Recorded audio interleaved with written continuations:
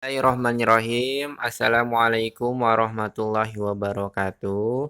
Apa kabar teman-teman? Semoga keadaan teman-teman dalam keadaan baik walafiat di rumah masing-masing. Amin. Berjumpa kembali dengan Pak Raihan dalam pelajaran fikih. Pada kesempatan kali ini kita akan belajar tentang infak. Kita akan belajar tentang dalil infak, arti infak, hukum infak, dan keutamaan infak. Teman-teman bisa juga buka dalam bukunya masing-masing halaman 23 dan 24. Teman-teman, dalil infak ada dalam Al-Quran surat Al-Hadid ayat 7 yang berbunyi A'udzubillahi minasyaitonirrajim.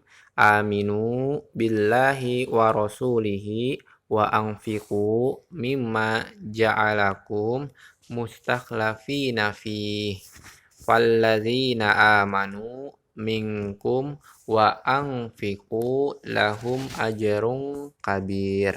Artinya, berimanlah kamu kepada Allah, kita sudah beriman, dan Rasulnya, dan nafkahkanlah sebagian nafkahkanlah sebagian dari hartamu yang Allah telah menjadikan kamu menguasainya. Maka orang-orang yang beriman di antara kamu dan menafkahkan sebagian dari hartanya memperoleh pahala yang besar. Jadi dalam ayat tersebut, kata Allah kita diperintahkan untuk berinfak sebagian harta kita. Kemudian ketika nanti sudah berinfak, kita akan memperoleh pahala yang besar. Selanjutnya, kita akan melanjutkan pada arti infak, hukum infak, dan keutamaan infak.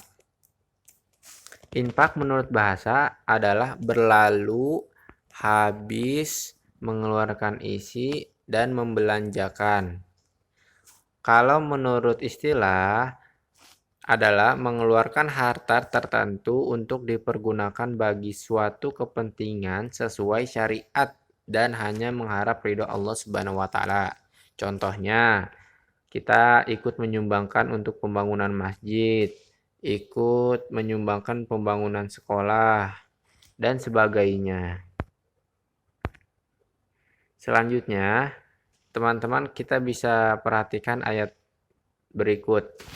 Dalam Al-Quran surat Ali Imran ayat 92 yang berbunyi, Lang tanalul birra hatta tunfiku mimma tuhibbun wa ma tunfiku min syai'in fa innallaha bihi alim.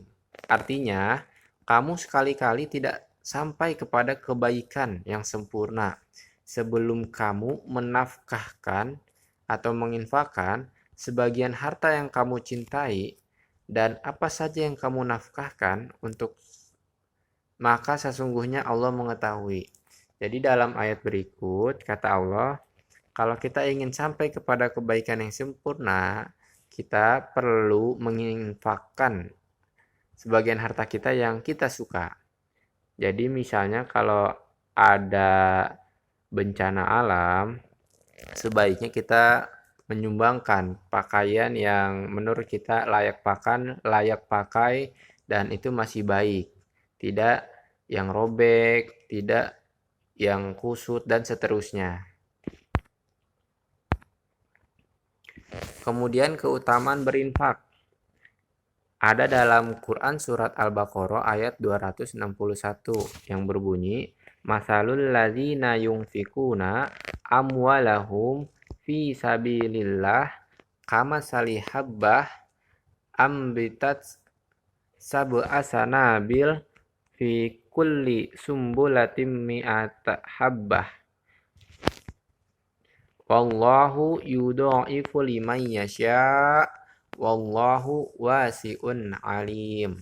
Artinya, perumpamaan nafkah yang dikeluarkan oleh orang-orang yang menafkahkan hartanya di jalan Allah adalah serupa dengan sebutir benih yang menumbuhkan 7 bulir.